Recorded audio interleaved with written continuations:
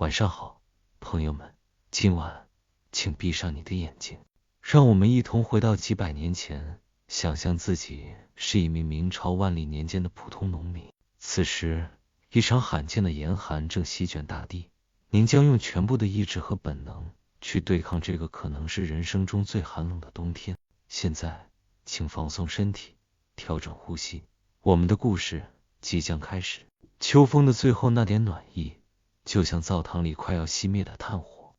挣扎着爆出几点火星，轻微的噼啪两下，终于被北面扑来的冷风一下子吞没了。你站在自家那半亩薄田的垄沟上，脚下踩的不是收割后松软温润的秋土，倒像踩着一块冻透了的死面饼。一股冷硬之气从地底直钻上来，弯腰把手插进光秃秃的田里，指尖传来的不是泥土该有的微湿和温暖，反倒像捅进了冰窟窿。一股混着湿气的刺骨寒意嗖地顺着手指钻进骨头缝里，捏起一撮土，在手心使劲搓，土块裂开，里面竟然夹着些米粒大小没来得及融化的白色冰碴。中午那有气无力的日头照下来，冰碴闪着针尖似的寒光。这就是今年秋收后大地留下的印记。土地封冻比往年早了1个多月，而且冻得硬邦邦的。厅里正像说书似的讲，南边的广州府都下了1尺深的大雪，冻死了好多不耐寒的果树。这老天爷怕是铁了心要降灾了。仓房里那几十粟米和杂豆堆得并不高，就像一座小坟包。秋税刚缴完，李正领着官差来的时候，脸色比这天还阴沉，算盘珠拨的噼啪响，那声音刮得人耳根子疼。新推行的一条编法，虽说省了运输的麻烦，但折算下来，仓底最后那点余粮还是被刮得一干二净。你盯着剩下的粮食，心里盘算，拼命节省，多掺野菜麸皮，把1家5口的裤带再勒紧些，或许能撑到明年开春。但这念头刚冒出来，心里就是一哆嗦。前提是这个冬天千万不能像去年那样，冷到连耗子都在洞里饿成干尸。去年开春前，村东头那个总爱蹲在墙根晒太阳的老光棍，就是抱着一个空的能照见人影的米缸，在冰冷的灶台边冻成了冰疙瘩。那景象像一根冰锥子，直扎在你心窝里，拔都拔不掉。你抬头看天，天空是铅灰色的，云层压得低低的，沉甸甸，好像吸饱了北边的寒气，随时要塌下来。几只乌鸦哑着嗓子短促的呱呱叫着，扑棱着翅膀擦过光秃秃的树枝，那叫声让人心慌。风早就没了秋风扫落叶的爽快，尖利的呼啸着，贴着地皮卷起枯枝败叶，噼里啪啦抽在脸上，生疼。空气里一股干冷的味道，带着铁锈似的凛冽，这是严冬特有的死寂气息，无声地告诉人们，更厉害的冷还在后头。这光景恐怕只有洪武年间过来的老人才亲身经历过。风像看不见的鞭子，抽得人骨头缝都发紧。准备过冬成了眼下比填饱肚子更要紧的生死大事。鸡叫3遍，天还墨黑墨黑的。你把那件补丁落补丁，早被汗渍尘土弄得硬邦邦的破棉袄紧紧裹在身上，喝出的白气转眼就在胡茬上结成了细密的小冰珠。背上那条磨得油光的麻绳，抄起那把豁了口的斧子，你得赶在太阳出来，官差或者大户人家的管家上山圈地伐木之前，钻进村后那片越来越稀拉的山林。林子里像样的树早就被砍光了，只剩下些歪歪扭扭的杂木小树。斧头砍下去，咚一声闷响，震得虎口发麻，木屑簌簌地往下掉，每一斧都带着拼命的狠劲。这柴火不只是为了烧火取暖，更是夜里不被冻僵的依靠。大明律里虽然有封山育林的条文，但到了这生死关头，保住性命更要紧。吭哧吭哧背着一捆不算厚的柴禾下山，肩膀被粗糙的麻绳勒得火辣辣的疼。路过镇上那家独一份的炭行，黄土矮墙外早就排起了长队。卖炭的老头蜷缩在一件破旧陆续的羊皮袄里，守着眼前几筐乌黑的木炭。炭的质量很好，乌黑发亮，用棍子轻轻一敲，当当的响，但那价钱你远远听见就倒吸一口凉气。一筐炭竟然能换你仓里将近半担救命的粮食。排队的多是镇上的小户人家或者店铺伙计，个个脸上带着寒霜。一个穿着体面绸缎袄子的管家模样的人，带着2个小厮，直接插到队伍最前面，扔下几串铜钱，哐当一声，抬走了2大筐上好的银双炭。老贪翁浑浊的眼睛里闪过一丝微光，默不作声，低头仔细地数着钱。寒风卷起地上的炭灰，噗的一下扬在排队的人脸上，没人敢吭声。你赶紧把背上那捆柴又掂了掂，低头加快脚步离开。好炭，那是梦里才敢想的东西。能多打些柴火，把万字炕烧得有点热乎气，就是老天爷保佑了。家里的柴棚是你花了整个秋天的力气攒起来的，柴禾码的还算整齐，但你心里明白，这一点柴火远远不够。去年冬天大雪封山将近1个月，柴棚见了底，只好拆了家里那张3条腿的破板凳烧火，又去河堤挖枯死的树根，差点被巡河的衙役当贼抓了。今年你咬紧牙关，多跑了10几趟，总算让柴棚比去年看起来满当了些。望着这堆柴，就像望着一道单薄快要倒的篱笆，想要挡住那足以把骨头都冻僵的严冬。你的妻子坐在窗下那片暗影里，借着窗外雪地反射进来的惨淡微光，正一点一点极其仔细地拆一件旧棉袄。那是你父亲留下的，穿了恐怕有20年。补丁叠补丁，早就看不出原来的颜色，里面的棉花野板结成块，早就不保暖了，只剩下尘。听说走街串巷的货郎说，松江府的棉布现在贵得吓人，平常人家想都不敢想。这点旧棉絮的想法谈松了，再续些新的进去。妻子低声说着，手里捏着一根磨得滑亮的竹片，耐心地挑开那些顽固的线头。他双手冻得通红，指关节已经僵硬，动作慢得像生了锈。炕桌角上摊着一小堆灰扑扑、散发着陈年汗馊和油腻味的旧棉絮，这就是全部的材料了。旁边还有一小布包，里面是托人从城里捎回来的再生棉，其实是弹棉花作坊扫起来的废料，混着尘土和短绒，颜色灰败，价钱却只有新棉的零头。就这点东西，还是用秋后卖那几只老母鸡下的蛋换来的，新布根本谈不上。妻子把家里几只破箱柜底都翻遍了，才找出几块攒了不知多少年头的碎布头，颜色杂七杂八，大小不一，最大的也不过巴掌宽。他得把这些布头连同从旧袄上拆下来还算完整的布块，一针一线的拼起来，缝成一件新棉袄的里子和面。针在那厚实粗糙的布片间艰难的穿行，每缝几针，都得把针尖在头发里擦一下，沾点头油让它滑溜点。豆大的油灯火苗摇摇晃晃，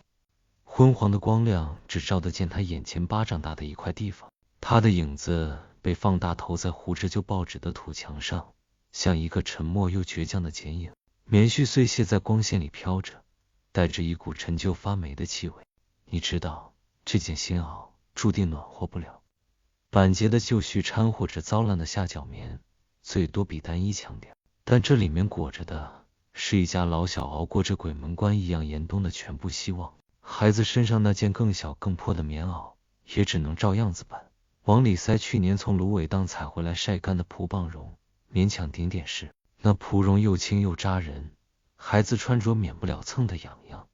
那贼风无孔不入。家里那扇破旧的柴门和纸糊的窗户，就是最大的窟窿。你端来半盆不知攒了多久的细面糊，闻着已经有点发酸，又翻出存着的旧纸，有写过字的废账本，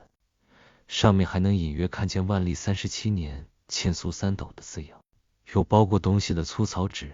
还有去年窗户上揭下来已经发黄发脆的旧窗纸。妻子拿起一把缺了口的秃毛刷，蘸着那点可怜的面糊，小心翼翼地在窗棂上刷，新纸一层层糊在旧纸上，像给一个快要断气的病人打补丁。每糊一层都用指头堵仔细按平，边角都压实，生怕漏进一丝风。等到最后一层糊完，屋里顿时暗了下来，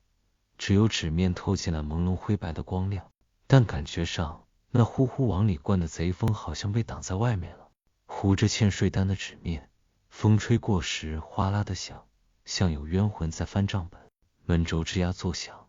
门板和门框之间的缝大的能伸进手指。你去河沟边挖来半桶半湿的黄泥，掺上炸碎的麦草，冰凉泥泞钻进手指缝，寒气直透骨头。你咬紧牙关，把泥和草或匀使劲塞进门板和门框之间大大小小的缝里，再用破瓦片用力刮平。这活儿干得粗糙，泥巴干了肯定开裂，但眼下好歹能堵住那呼呼灌冷风的窟窿。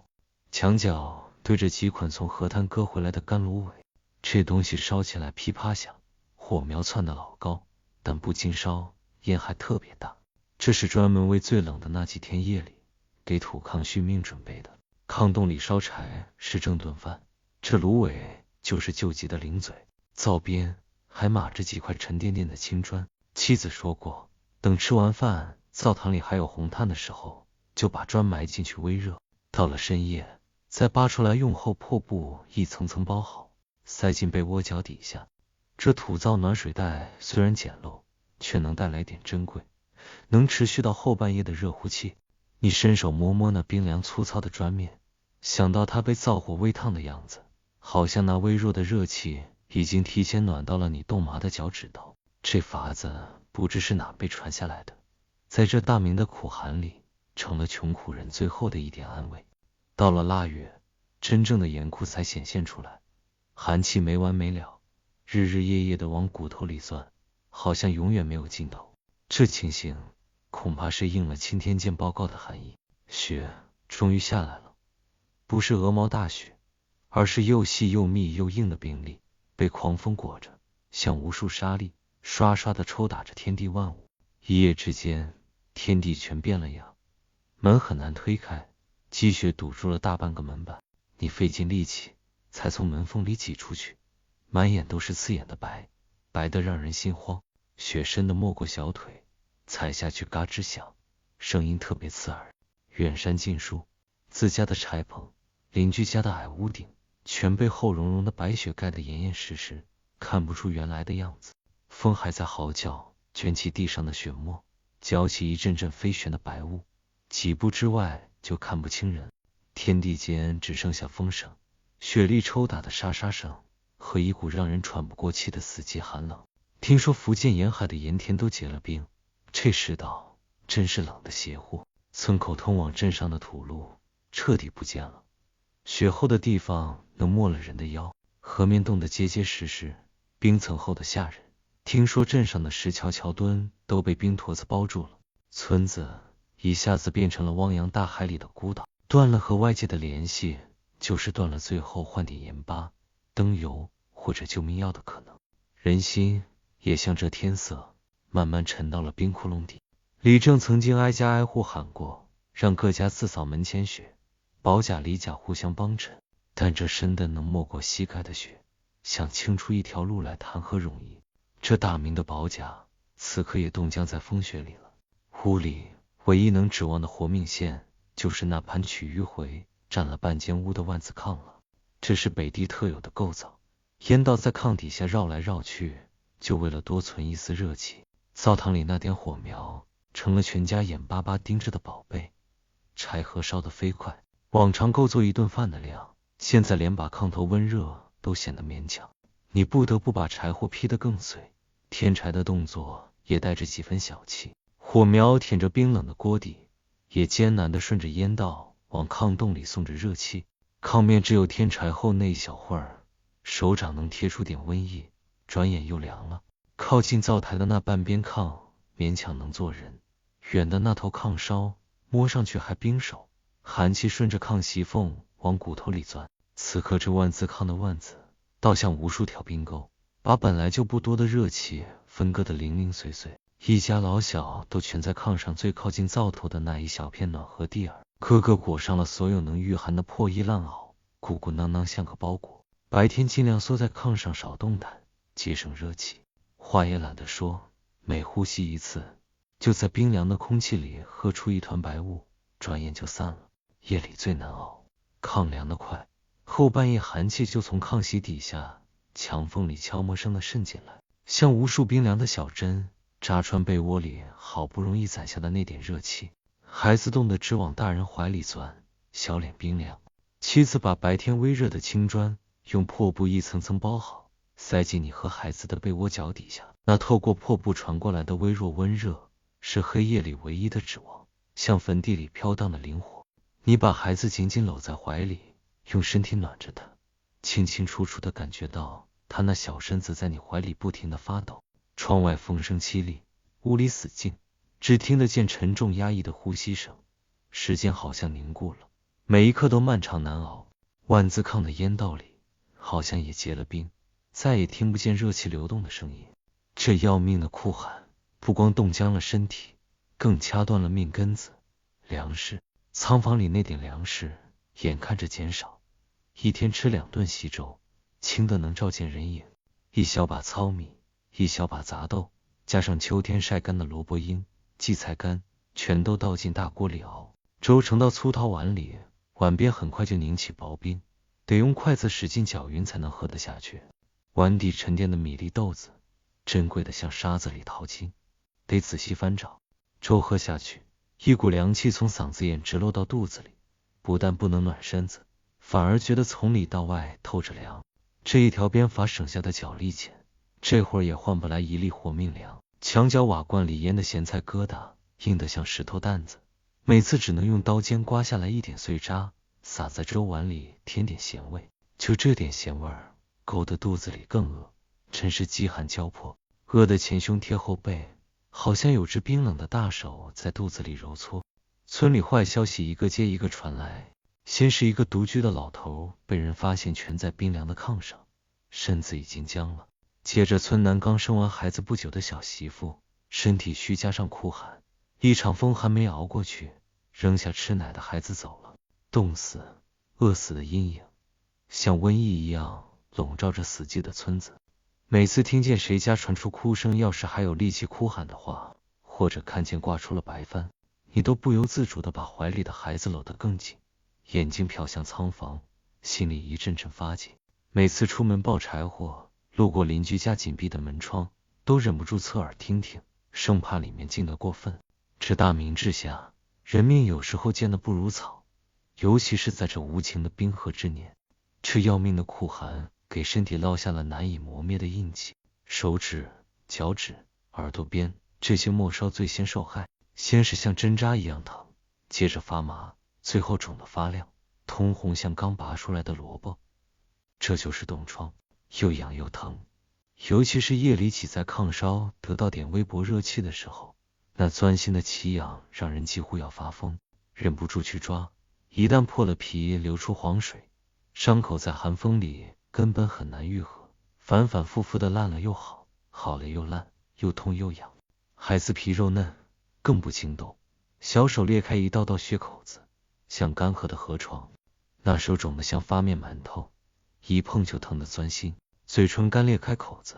稍微说句话或者喝口粥就会崩开流血，血珠立刻就成了暗红色的冰渣。脸颊被冷风割出2块深紫色的冻疤，像难看的烙印。每次呼吸，冰冷的空气都像小刀刮着鼻腔和喉咙，呛得一阵阵咳嗽。妻子咳得更厉害，那声音空空的，很急，在黑夜里特别清楚，好像要把5脏6腑都咳出来。家里仅存的那点生姜早就熬水给他喝了，效果不大，你只能干听着，一点办法都没有，心里像刀绞一样。这咳声让你想起去年村里风寒流行，抬出去好几具没熬过严冬的尸体。药，那是举人老爷家才用得起的金贵东西。身体像从里到外彻底冻透了，不停地散发着寒气，骨头节酸疼，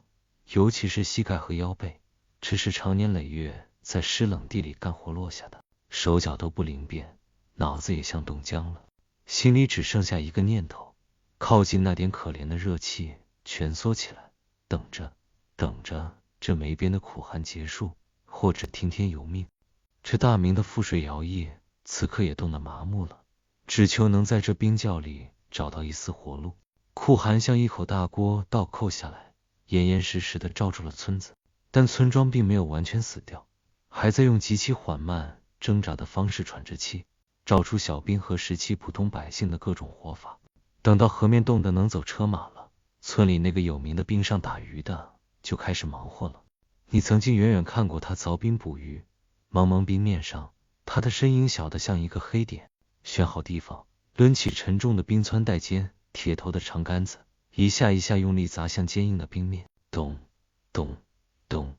冰屑乱飞，闷响在空旷的河面上传得很远。这会儿极费力气，冰凉的汗珠混着喝出的白气，在他破皮帽檐上结成了冰溜子。好不容易凿出个脸盆大的冰窟窿，冰冷刺骨的黑水咕嘟冒上来，他赶紧把特制的长杆小抄网伸进去，在冰寒的水里小心摸索，网兜碰到水底的沉木发出咚声，冰水浸透绑腿时簌簌的细响，偶尔有鱼尾巴拍打冰窟窿边缘发出啪啪的正扎声。运气好的时候能捞上来几条被冰窟窿憋上来的小鱼，多是寸把长的小鲫鱼或者柳根，一出水就冻成了冰棍。这些东西他自己舍不得吃，得拿到镇上换几个铜钱，或者换点盐巴灯油。每次下冰窟窿都像是跟阎王爷掰手腕。听说去年邻村有个凿冰的，冰面咔嚓裂了，人掉进去眨眼就没影了，冰窟窿很快就又冻上了，好像什么都没发生过。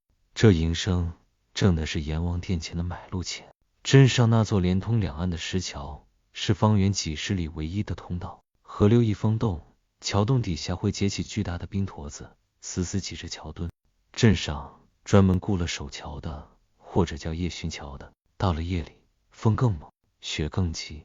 守桥人裹紧最厚的破棉袄，外面套着不知从哪儿弄来的刷了桐油能稍微挡点风雨的破蓑衣，提一盏被风吹得忽明忽暗的防风灯笼，扛着沉重的铁签子，深一脚浅一脚地挪向桥面。他的差事就是不停地敲打桥墩周围的冰层，防止冰坨子堆积起来击垮桥墩。铁签砸在硬冰上，当当当的声音在死寂的雪夜里传得很远，沉重又闷哑，每砸一下都震得胳膊发麻，虎口生疼。寒风卷着雪粒，像砂纸一样打磨着他的脸皮，一会儿眼睫毛胡子上就挂满了白霜。他不能停，得不停地敲打走动，一旦停下来，身体里的热气散光了，人立刻就会冻僵。那盏小小的灯笼是黑夜里唯一摇晃的光亮，微弱却代表一种死磕到底，跟冰天雪地较劲的意志，也是连着这大明一路节点的一丝微光。他敲下的每一块冰都关系到开春后这条命脉能不能畅通，也关系到他自己和家里老小换口饭吃的活路。村子中央那几间高门楼，青砖到顶的大瓦房，是举人老爷的宅子，那气派一看就知道是有功名的人家。高墙挡住了风雪，也隔开了两种完全不同的活法。偶尔有下人从小角门进出，后面门帘掀开的那一刹那，能瞥见里面廊下好像点着灯笼，透出暖和绒的黄光。听说举人老爷的书房里烧着上好的银双炭，温暖如春，还能熏香煮茶。他家的小姐太太们穿着崭新的绸缎棉袄，袖子里揣着精巧的黄铜手炉。这等景象对你这个蜷缩在冰炕上的人来说，遥远的像戏文里的故事。那高墙围起来的不仅仅是一座宅院，更是一处把严寒挡在外面的暖阁，是大明给读书人的体面。快到年底了，也许是为了积德，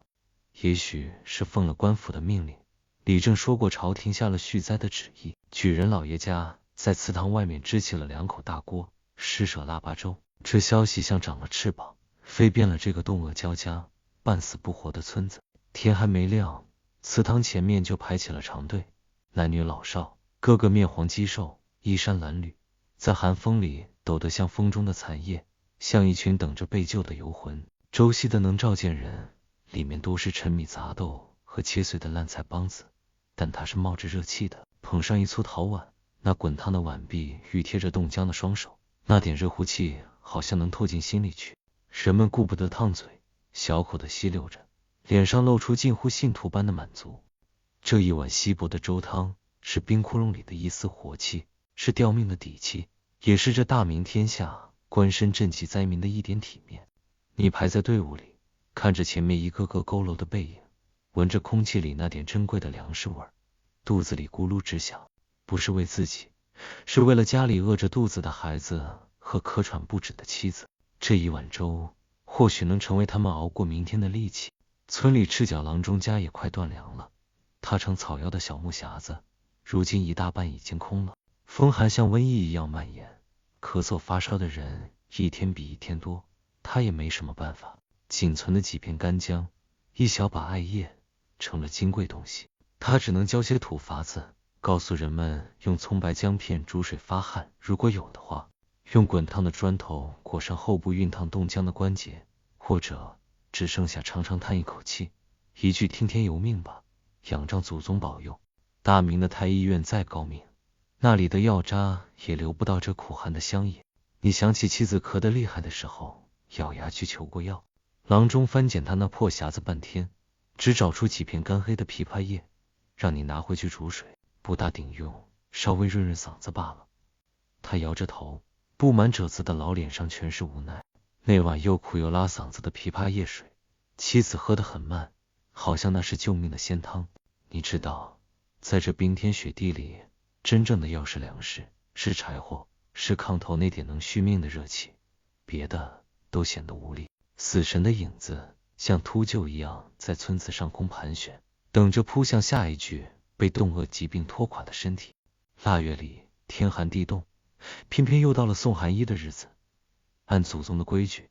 得给地下的先人送去御寒的衣物。妻子翻出存着的靛蓝和草绿两种颜色的纸，铺在冰冷的炕席上，剪刀沿着画好的粉线游走，擦擦擦擦的声音在寂静的屋里特别清楚。他折出棉袍的样子，低声说：绿纸裁褂子鲜亮，蓝纸做裤子厚实，用发了酸的细面糊当浆子，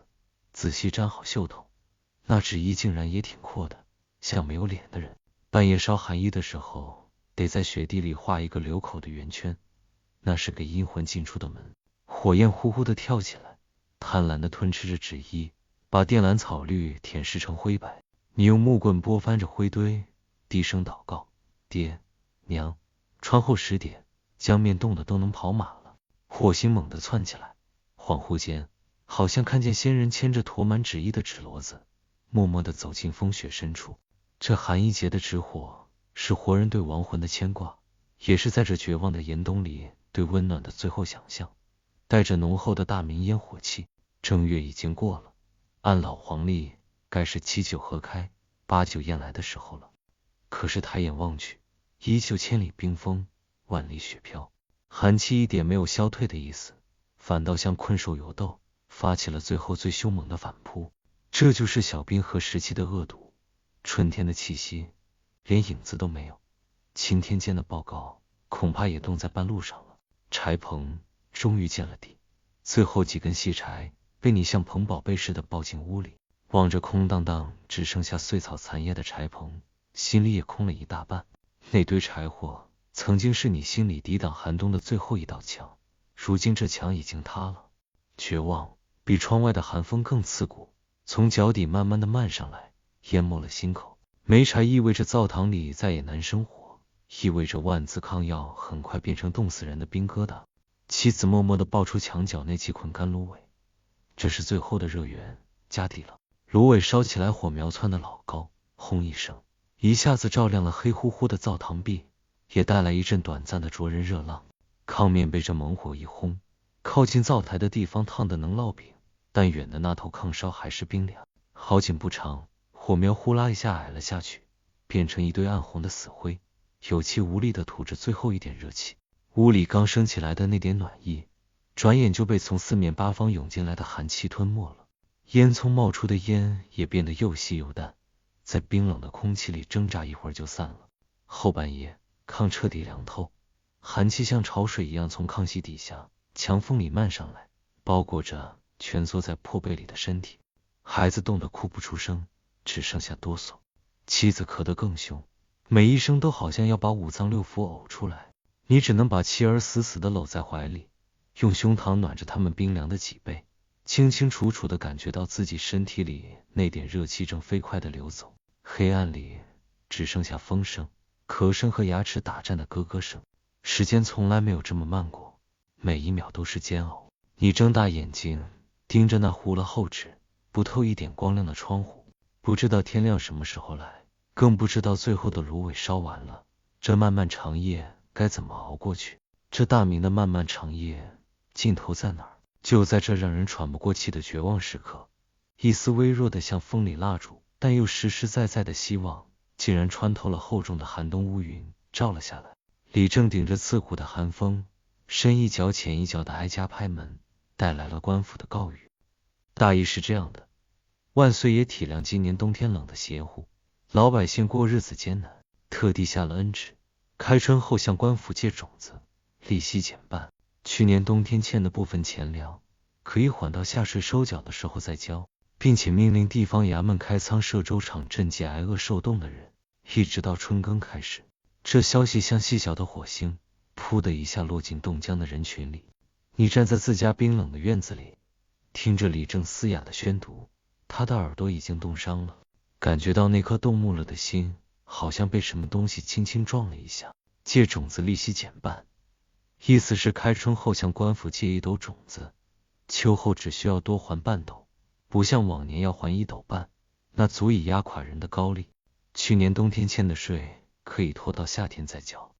这让你能喘口气。仓房里那点仅存的留着做种子的救命粮，或许能抠出一点，熬过青黄不接的春荒。这朝廷的恩旨虽然远在京城，此刻却像救命稻草，飘到了这冰封的角落。更要紧的是粥厂，虽然知道那粥肯定清汤寡水，但每天能领上1碗滚烫实在的粥时，对于挣扎在冻饿鬼门关边的家庭来说，就是吊命的绳子。意思是只要熬过眼前这几天极寒，等官府的粥厂开起来，活路就宽了一线。这粥厂是朝廷的体面，也是李甲保甲最后能抓到的救命符。李正宣读完了，冻得发紫的嘴唇还在哆嗦。围拢过来的几户邻居脸上的死灰色好像淡了一丝，没人欢呼，严冬早就榨干了人最后的气力，但你能察觉到一种极其微弱却实实在在的期盼，正在冰冷的空气里悄悄产生。大家互相看了一眼，眼睛里不再是死寂绝望，多了几分对开春、粥厂这些字眼的渴望。那个抱着孩子的寡妇紧紧搂着怀里的娃，低声念道：能缓交就好，能缓交就好。你转身回屋，眼睛瞟向墙角那个小瓦罐，里面装着留作种子最饱满的豆粒。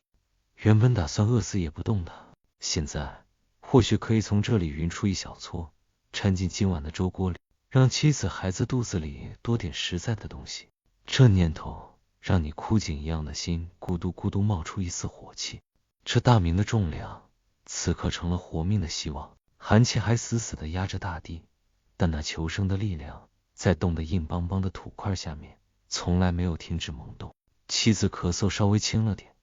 不知道是那几片枇杷叶起了点作用，还是他自己硬挺过了最危险的时候。他挣扎着坐起来，就着昏暗的光线又摆弄起那些碎布旧絮。这次不是为了缝棉袄，而是缝补开春后要穿的夹袄。动作还是那么慢，手指还是那么红肿，但眼神里多了专注和期盼。那穿针引线的样子本身就是向严冬抗争，他在为开春做准备，他相信春天一定会来。这针线里缝进去的是大明百姓对季节轮回最朴素的信念。你也没法干坐着，柴棚虽然空了，还有活能干。你找出那把钝斧子，在磨石上撒上水，水立刻结了层薄冰，用力地磨起来。擦擦擦，单调的声音在冰冷的空气里回荡，像心跳，也像倒计时。斧刃渐渐闪出寒光。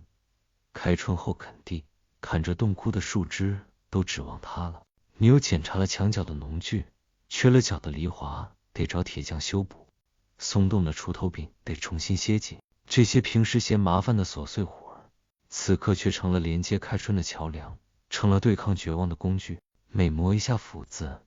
每抚摸一件工具，心里对开春的念想就清楚一分。冻土会融化，种子会发芽，大地会再次给出活路。这念头像细细的暖流，慢慢地流进冻僵的四肢百骸。这劳作的本能是刻进大明农人骨头血里的印记。你走到院子里，积雪还是很厚，但仔细看，在日照充足的南墙根那儿，厚厚的雪边缘好像有极其微小的湿润痕迹，那是雪在悄悄地融化。你蹲下身，用手指抠开一点雪层，下面是被冻硬的泥土。但你知道，就在这死硬的冻土下面，去年秋天落下的草籽树根都在漆黑的地底下蓄着力，等着破土而出的那一天。就像这村子里冻饿得半死的人们，只要还有一口气，希望就不会灭。寒冬能冻僵身体，能夺走人命，但它掐不死那扎根在土壤里、流淌在血液里的求生倔劲和对春天的渴望。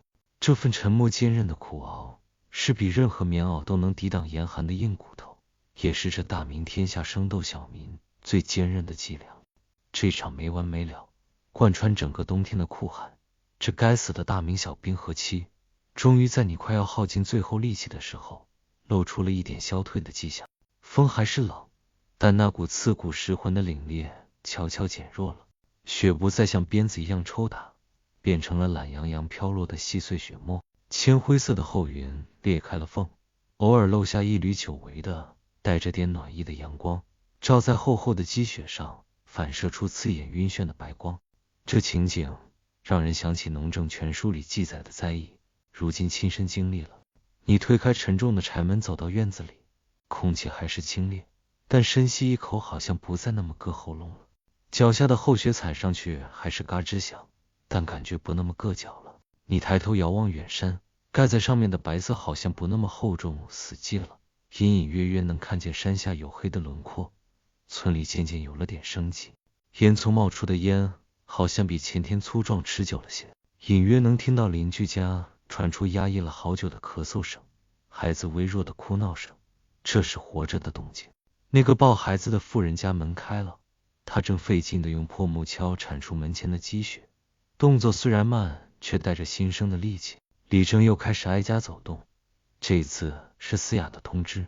官府的粥厂明天起在祠堂外面开设。这消息带着大明治下官府的印记，成了活命的信号。你回到屋里，妻子正把微热的最后一块青砖从灶堂余烬里扒出来，仔细地用破布包好。她脸上的冻疤还是紫黑，但眼睛里不再是死灰。把热砖塞进你怀里，低声说：“拿着暖暖手，听说粥厂明天就设了。”你抱着那散发温热的砖块，粗糙的布面摩擦着手上的冻疮，微微的痛楚之外，更多的是那久违的实实在在的暖意。这暖流从手掌往上走，顺着胳膊缓缓流向冰凉的四肢，流向冻木了的心口。你走到仓房，打开那扇吱呀作响的破门，里面空荡荡的，只有墙角那个小瓦罐装着流肿的豆粒。你蹲下身，掀开罐盖，把手伸进去，抓起一把饱满冰凉的豆子。豆子在掌心滚动，带着生机的硬实，沉甸甸的蕴藏着破土而出的蛮力。这把豆子是去年秋天的残余，是寒冬没能吞掉的最后希望，